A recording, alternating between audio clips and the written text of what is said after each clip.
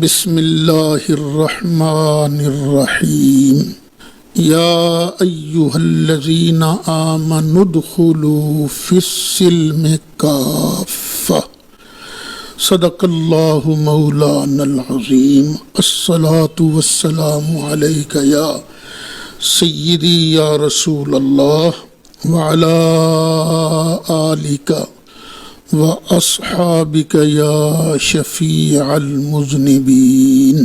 کچھ دنوں سے انتہائی کرب میں مبتلا ہوں، یہ ہم اہل سنت کو ہو کیا رہا ہے۔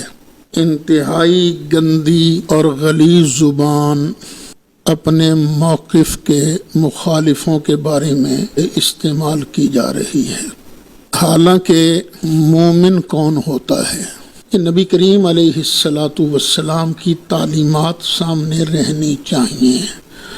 مومن لعن طعن کرنے والا نہیں ہوتا، برا بھلا کہنے والا نہیں ہوتا، گالیاں دینے والا نہیں ہوتا۔ تو مومنوں کو چاہیے کہ اپنی زبانیں سنبھال کے رکھیں، اور مومن جو ہے دوسرے مسلمان کو کتنا ہی گناہ گار کیوں نہ ہو، اس کو حقیر نہیں سمجھتا اور اپنے آپ کو بڑا نہیں سمجھتا۔ میرے بیٹے یاد رکھنا، ہم بڑے اس دن بنیں گے جس دن اللہ کریم ہمیں بخش دے گا۔ دینی مسائل ہیں، ان مسائل میں ہمیشہ سے علماء میں اختلاف چلا آ رہا ہے، لیکن وہ شائستگی سے اختلاف کرتے تھے، دلائل سے بیان کرتے تھے، لوگ سنتے بھی تھے، جس کی دلیل انہیں اچھی لگتی تھی اس دلیل کو فالو کر لیتے تھے۔ پچھلے چند دنوں سے، چند مہینوں سے کچھ مسائل میں بڑی شدت اختیار کی جا رہی ہے۔ ایک مسئلہ ہے حضرت جناب ابو طالب کے ایمان کا۔ ہمارے اہل سنت کے علماء دونوں طرف گئے ہیں، کچھ نے ان کے ایمان کا قول کیا ہے، کچھ نے سکوت اختیار کیا ہے، لیکن ان کے احترام میں کوئی کمی نہیں، حضرت اور جناب کے الفاظ سے انہیں یاد کرتے ہیں۔ لیکن مسئلہ یہ بنا کہ یہ کہنا شروع کر دیا گیا کہ جو لوگ ان کے ایمان کے قائل نہیں ہیں وہ حرامی ہیں، اور ادھر سے بھی کہنا شروع کر دیا گیا جو ایمان کا قائل ہے وہ حرامی ہے۔ تو شدت تو دونوں طرف سے آئی نا، تو یہ تو فری مسئلہ ہے، کوئی قطعی مسئلہ تو نہیں۔ آپ قطعی مسائل کو چھوڑ کر فری مسائل میں الجھو گے تو پھر ایسے ہی ہوگا نا۔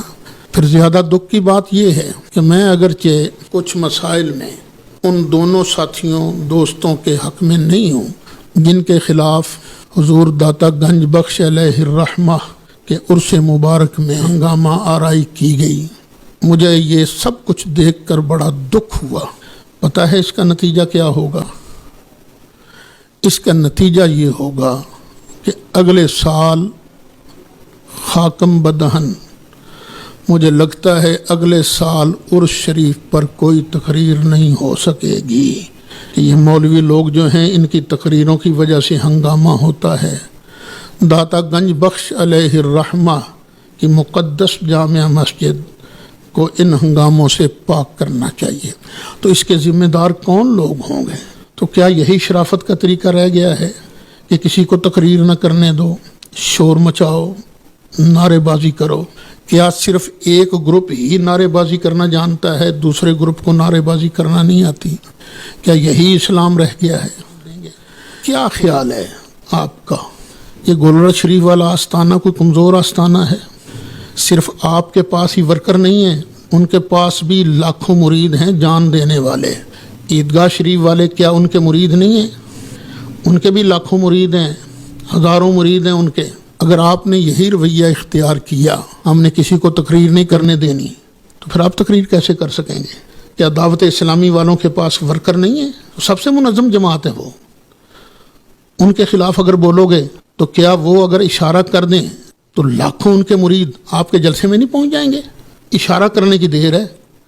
تو خدا را یہ ریت نہ ڈالیں، اگر ان کی تقریروں کو روکا جا سکتا ہے تو بھائی پھر میری تقریر بھی روکی جا سکتی ہے، آپ کی تقریر بھی روکی جا سکتی ہے۔ اور اگر وہ بھی اس پر تل گئے کہ ہم نے کسی مخالف کا جلسہ نہیں کرنے دینا تو پھر کیا ہوگا؟ تو ملک کا تقسیم ہی کرنے کی بات ہے نا، مسلک کو تقسیم کرنے کی بات ہے۔ پھر بھی ہاتھ باندھ کے کہتا ہوں خدا کے لیے سب ایک ہو جاؤ۔